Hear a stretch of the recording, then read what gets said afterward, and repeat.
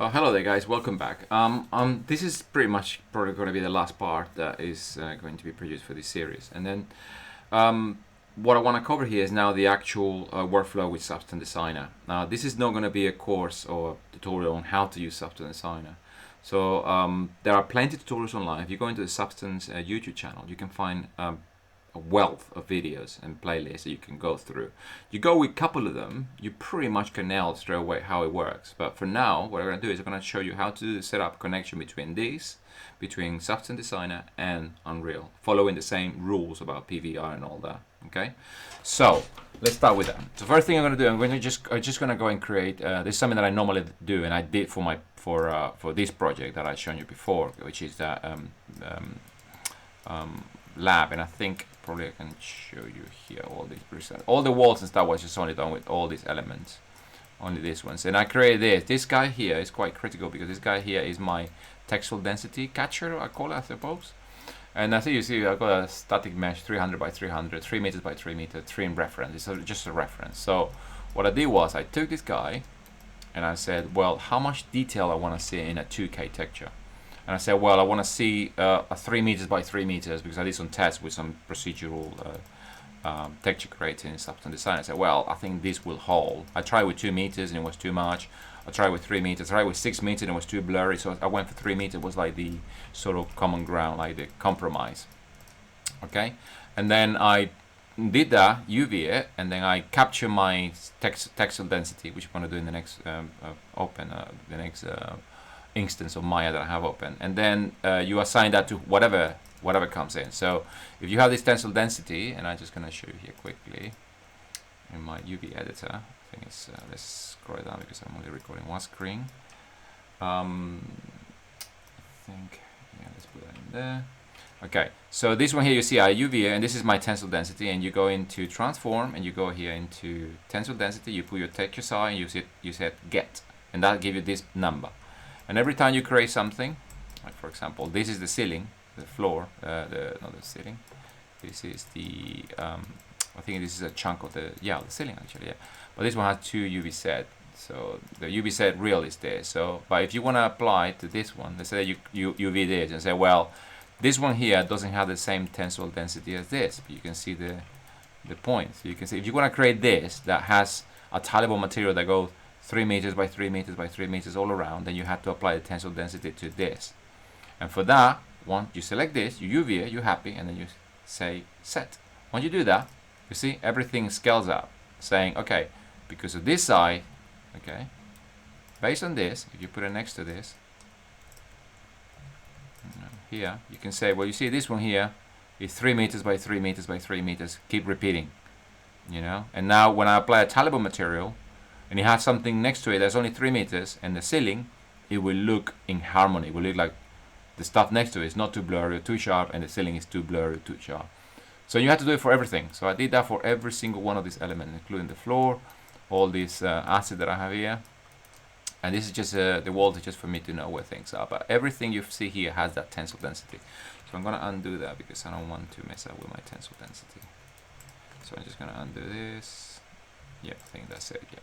Okay, so let's do that in the other instance of Maya. So I'm gonna go back into this. So again, this is something that I decided to do. So I'm gonna go here into poly modeling. I'm gonna create this. Okay, and I'm just gonna frame it, and I'm just gonna say, okay, this is going to be a plane that's gonna have a width of 300 centimeters by 300 centimeters. Okay, that is my tensile density.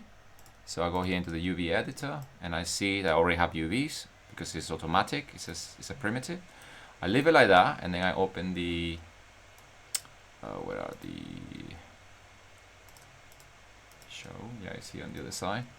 I go here and I go into transform, and I say it's already set up. They're gonna be the same, but let's say that I put this guy to 2 meters instead. Okay, 200. By 200. Okay, and then here I'm gonna go into 2K, blah blah blah, get. You see the number is different. Okay, so now this is gonna be my multiplier to create my tensile density. So I'm gonna create another plane, and this one I'm gonna make it, I don't know, 1245 by 1245. Okay, because it's a plane. This one has already UVs. Okay, I don't have to do anything fancy to this. Okay, all I have to do is set this to be scale up to match up, as it has several 2 meters, 2 meters, 2 meters, because this is like 12 meters and a half or 12 meters and a half roughly. So with this setup, you just set, and you see everything scales up. So now this guy is tileable. You can see that every single one of these little, it was 2 meters, so 2 meters, or that will be, yeah, about 12.5 meters by 12.5 meters, which was the number that we inputted here, which was 1,200, blah, blah. Okay. So once you have that, I'm gonna take this just as a test. I'm gonna take this guy and I'm just gonna export it. So export selection. Okay, and I'm just gonna put it into, yeah, oh, it's already there. Is that? Yeah, I'm gonna call this static mesh underscore floor. Okay, export that. Done. Go back into Unreal, and it should pop up. There you go. Import that. Says keep that. Import normals. Import. Go into assets, and I have this guy already there, and I'm gonna put it there. You see, and it brought already a default material to it, but it's okay. We can replace that in a minute. So I'm gonna put it next to this. Okay. And then in here, what I'm gonna do is I'm going to open Substance Designer, and I'm just gonna create the link. So I've already done this, which is Substance Painter. So I am not going to save this, and I'm just gonna use this as a 2K texture thing. Okay. So I'm gonna go back to Substance Designer, and I'm just gonna go here into File, New Substance. I'm gonna call this Tile Floor. Okay. 2K, that's fine. PBR metal roughness, okay. And it gives me the starting point. Okay. Now for this, we will have the base color, the normal, the roughness, metallic, ambient occlusion, height. We don't need height. But the tip as well, what I told you before, was this stuff is going to be color, sRGB. This stuff is going to be color, no sRGB. And this stuff, L, you see, it's all going to be linear. So this is just a tip for you to know that these elements need to be without sRGB always inside Unreal Engine 4, including the height. But we don't want to be using the height. So what I'm going to do is I'm going to put like a sort of material to connect all this. So I'm going to delete all these inputs because that's just the default ones, and I'm just gonna go and right click, tab, sorry, and I call this basic material, or base material, sorry. And I'm gonna take that, and this, I'm gonna right click and drop in here, and I have this base material here. Okay, so the base materials, I'm gonna press number 3, so I go in compound mode, and then I can just drag and drop, and it will connect everything in one go. Okay, and I have 3. So press 1, now they are separate. It's just a matter of just having one thing to connect to everything. So okay, so what I'm going to do is I'm going to create a height map. Okay, so I'm just going to go here, a tile. Again, I am not going to go through the specific of this because I think I spoke to you about this in the class already, and this is only just to create a connection. However you want to learn this, it's up to you guys. This is just as a test. Okay, so what I'm interested here is the actual connection and workflow between this and Substance and Unreal Engine 4. Like I said, if you want to find out how to do this thing, now we're gonna have plenty of time over these sort of forced holidays, and then you could just go into find some tutorials on YouTube, on the Substance YouTube channel, and then learn how to do that. But the mantra is that you have to create a height map, and from the height map you derive everything. So I'm going to go into the material here, and I'm going to tell them into base color. I'm going to enable it, and I'm going to enable the height map. So I'm going to put a height map right to height here. You can see automatically it goes in there. I'm going to enable here a normal map. Okay. And for color, I don't think actually I'm going to create color. I'm just going to keep it gray, because the moment you disable this, it will automatically be one with this built in here. So I'm gonna put a little bit sort of fairly bright there. So oops, yeah, that's fine. Yeah, normal, we go height map, and I right click and drag in here. Oops,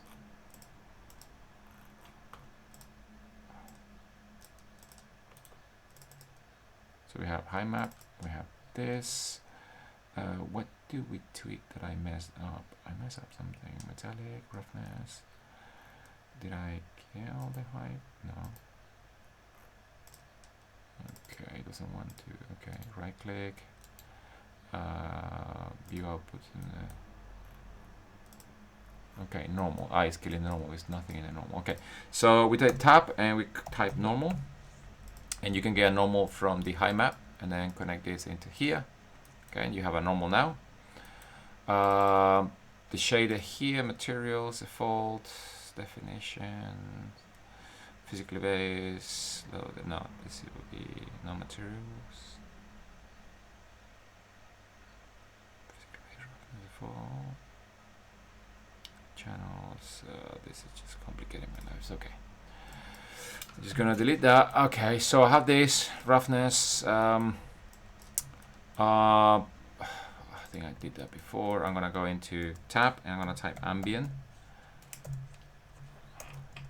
Why they know sometimes they don't wanna go occlusion.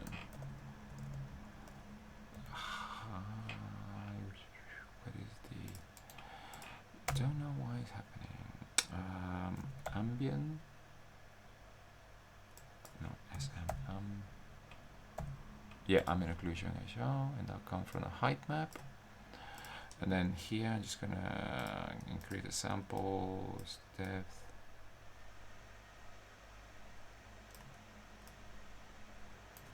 Very subtle, and I'm gonna enable the ambient occlusion here. That will go black, that's fine.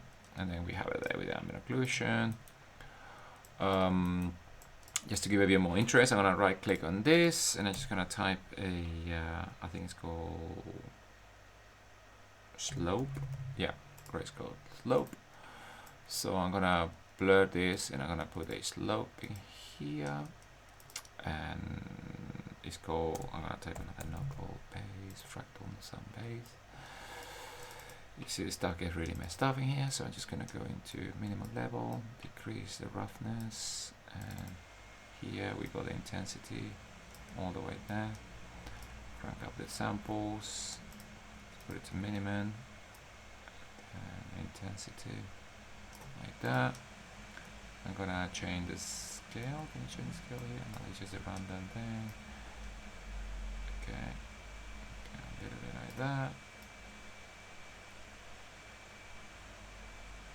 Okay, it's just a test, guys. So.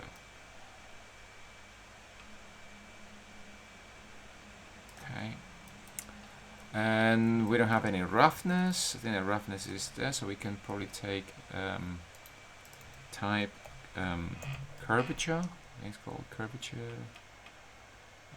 Curvature, I think it is. Yeah. No, I think it comes from. What does it need? It needs a normal. So take it no from here. You take it from the normal here. And that's the curvature, and you can just create a little bit of this, and I'm gonna blend it with something. I'm gonna blend it with, I don't know, some sort of noise here, some sort of grunge. This is just playing around with stuff, guys, so I'm not doing anything fancy here, so I'm just gonna put this on top there. Oops. There, and I'm just not gonna copy it. I'm gonna just perhaps multiply it. No, let me subtract it. Where's subtraction? Yeah. No, it's too much. Add. It's too much. Let's break it down here with the opacity a little bit. So you have a little bit of changes in the opacity, perhaps. Let me tweak on the contrast with this. You can have stuff that is quite contrasty. It's too much. Okay. And I'm just gonna connect this into the roughness. So I'm gonna go here, enable roughness, and I'm just gonna connect the roughness to there. And you can see now that there is a little bit of roughness there. Look, just like a ceramic thingy. Very quickly to be done there. Okay. So now we have our texture. Let's say this is our texture, and we decided you can import your own 2K here. What I did was in the past I imported my own 3x3 here, and then I drag and drop it. And I would use it as my geometry, so I know how big I think these tiles are gonna be if I were using a 2 meter by 2 meter. Well, I'm just gonna keep it like that for now. I think this stuff is okay. I think it's type max. Let's give me something different. Min is fine. The samples are all the way up there. That's fine for now. Okay. So we have something that looks like tiles, but it's just a pre-set up stuff. Very simple. So again, we're gonna need base color, normal, but we're gonna need all these guys to combine. Okay. In order to do that, you just press tab and you just type merge. There's one here called RGB Merge, and again, we're gonna go and look at what are we gonna merge. We're gonna merge roughness into the red channel like we did with the other one. We're gonna put metallic in the green, and we're gonna put ambient occlusion in the blue. And we got that. But we need to put into the output. The alpha is as well connected, so we can probably good practice to create. So press tab and type uniform color. This is supposed to be a black and white, so we put in grayscale, and we put the value to 1, otherwise it will be transparent, and we don't want that. So solid alpha, just as a practice, but you don't have to really. Keep all this guy like this, and then we're gonna type output, and we're gonna type this to a new output, and we're gonna call this guy RMAO, and we're gonna call this RMAO in the label, and in here just default. I don't know if this is necessary, but I always do it anyway. So I'm gonna call this RMAO. Okay. And here we are ready to go. So we're gonna have now, we're gonna export pretty much these guys here. So I can put them, so this is the guy that you need, okay? These 3 guys. These guys here are cool, but we don't wanna need them because they're already being taken care of. But we don't wanna get rid of them because otherwise we will not be able to see it here in the viewport sometimes. So what do we do next? So we have already here, we have base color, normal, and we have the RMO.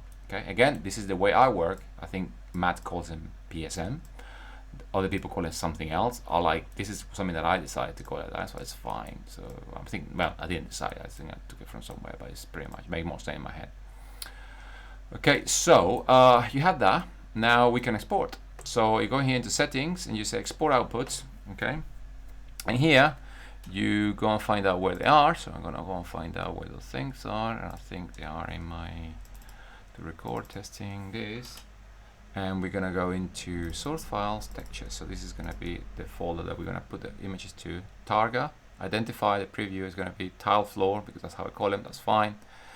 You can put here tx underscore graph, and that will be the same. So we're gonna need this RMO, keep it in raw, color with sRGB, normal with raw, and then uncheck all these guys, because we don't need this guy because they're already being packed in here. So once you have that, we just export the outputs. Okay. Now they're done, we're going back to Unreal and say, well, something happened. Say import it, yeah, sure. Go here into materials. Okay, sorry, into textures, and then we have, look, there we go, we got all the materials here. So again, let's have a look. This is fine because which is a simple color. This is correct, it's done all the stuff. Should noise RGB, world map, blah blah blah, that's fine. This one here is the one that always gives us headache, and it gave me plenty of headache until I figured out what was the issue. So you have to put this one to mask, no sRGB, and this gets unticked for you automatically. Okay. So again, I'm gonna go into materials, and I'm gonna create a new material. I'm gonna call this M underscore floor. Okay. And then I'm gonna double click on it, just gonna open it, put in this tab, go in here, go into textures, select these 3 fellas, and then drag and drop them here into the floor. And then we do the same thing. Okay. So let's have a look how this works. So we got color, goes into color, normal goes into normal, and again, same principle. We know the roughness is in the red. You can change it again. You can change it however you want it. It's only a suggestion. As long as you're consistent, you don't get confused with all this stuff. I keep it like this. So I go, the green channel is metallic and the ambient occlusion is the blue channel. So I say that. Okay. You can drag and drop it there if you want to, but I normally like to do when I have loads of materials is I have to go into materials, select this guy, and then when I have this guy selected, I just connect to there. And now you can see that I have a tileable material with a 12 by 12 image in there. Okay, so I can probably move it up a little bit so I can see a bit more. It's a bit too bright. That's because we chose something pretty bright there. So you see, you can just close this, go in here, then just decrease the color a little bit to make it dark. Again, this looks fairly dark here because the lighting scenario allows you to look like that. So we go here and it says re-export outputs. You don't have to do anything. Go back in here and you say import and it automatically update, you see? Now all that blue comes out from the sky. See from that sky color. Okay. So you can see here that we have a taillable material. You see no seams. We put in a 12 by 12. Okay. Obviously, the repetition of this happened because I put that into the roughness. I mean, that was quite rough in the visuals for you. You have to, when you're doing your textures, taillable specifically, keep them as neutral and as not too contrasty, because once you do that, you start seeing the repetition, you see. But there are ways to break that out with decals and things like that. So again, we have the, this is going to be your base color. See, it's all just gray that we have there. That's why it doesn't look very interesting. We have the roughness. You can see that's the roughness. Okay. We have the metallic. Oh, wait a minute. Did I put the metallic? Let's have a look at the metallic here. Oh, I think I made a mistake. Let's have a look. Metallic. Yeah, that's why it doesn't look right. Look, this is metallic, and I shouldn't have done that. So what happened was I used the preset. The metallic here by preset is already set up to white. No, this guy is supposed to be concrete. Now it looks like concrete. Okay. So now we have that. Apologies for that, but that's part of the learning, I guess. When I export that, export outputs, close this, go back in here, re-import, and now this will look, yeah, different. You see, now it looks a bit more like it. Okay. It looks too bright because it's open space, so, and there is only a gray sort of texture color, so there's not much information, but you can see it doesn't look, it's fairly good, you know, in terms of the pattern. But if you want to make it's too flat, then you can just again go back to the original, go back in here, and then we can increase the intensity of this, maybe put it to 2. Okay, so maybe 3. Okay, so it looks thicker. It's just going in. See, it looks a bit thicker. And then here, maybe make it a little bit dark in there. Okay, maybe 0.3 or 0.04. Too much. 2. Yeah, that's fine. Again, click here. You can just put re-export, and it does for you the re-export. And then here, import. Now you see it has more depth now, so you can see more details in there. You can see this is pretty straightforward, and the thing is, this is a 12 meter by 12 meter, and as soon as you zoom in, you can see there's plenty of detail in there.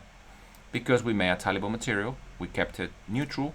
It's just a test anyway, but everything you can see that it holds the detail because we set up the proper, correct tensile density.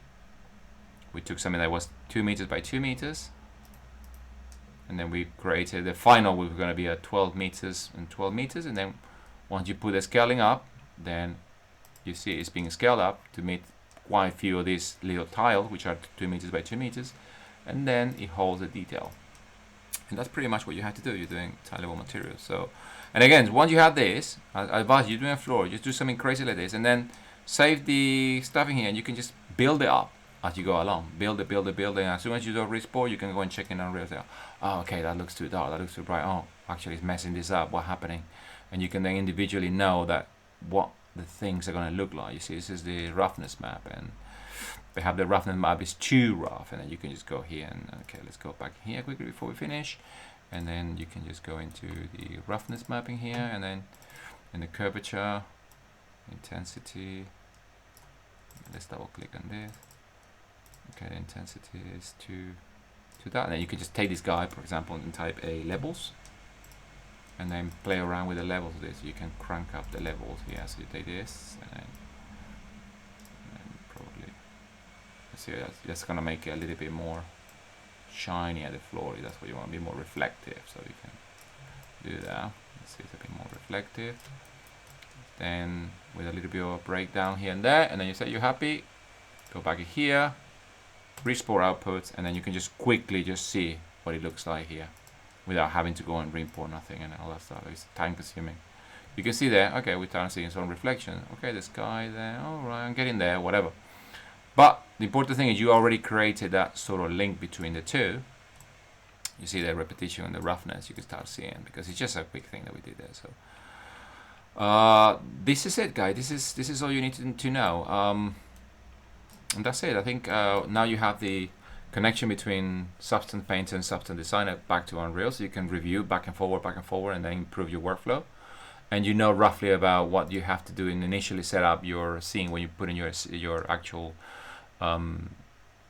project. Just remember, don't use the default one that comes from Unreal, because that's already being tweaked, and it just, you start making artistic decisions in terms of color, contrast, and all that, but you know that you're working against the system, because the system already has some stuff already in place. So bear that in mind, guys. So it's better if you start clean, so you know from the beginning that you're working correctly, and just follow the steps. It's just setting up the exposure, getting rid of the auto exposure, and then you know that you saw when I put the auto exposure how everything was too bright, too dark, because, and I could have kept it like that, and then I would go here and I was like, man, my light is so blown out, it's too dark, and then you have to go and tweak everything again. So if you start neutral, then you know where you are. Okay, so that's it for now, guys. Thank you very much, and I think that will conclude this section for you guys as a starting point. All right, thank you very much. All right, guys, bye bye.